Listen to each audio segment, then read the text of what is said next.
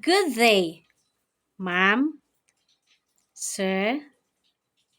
Thank you for giving me a chance to introduce myself. I'm Catherine Lopez, 42 years old. I'm married and I have one daughter. I live in Bayumbong, Nueva Vizcaya. I really want to back to work to Hong Kong to support my family and to support my daughter's studies.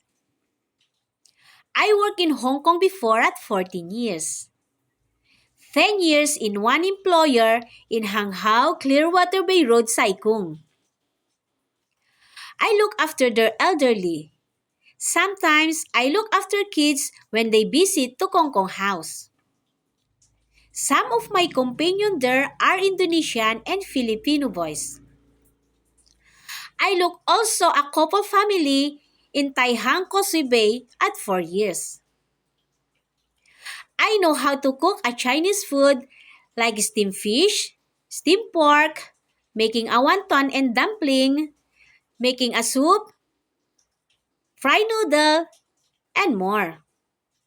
I know also how to cook a Western food like pasta, beef steak, roast chicken, make soup, and salad.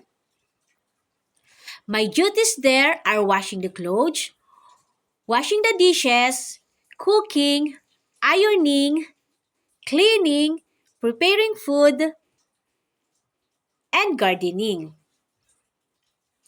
My relationship in my previous employer were good. I treated them as my own family and they treated me as their member of their family. Hello, ma'am, sir. I hope you choose me to work in your family as your helper.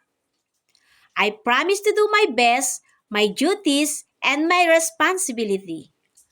I will love your kids and take care if you have. I will follow your rules and I will respect it. I hope I will finish my contract and take it renew as long as you want me. Thank you and God bless.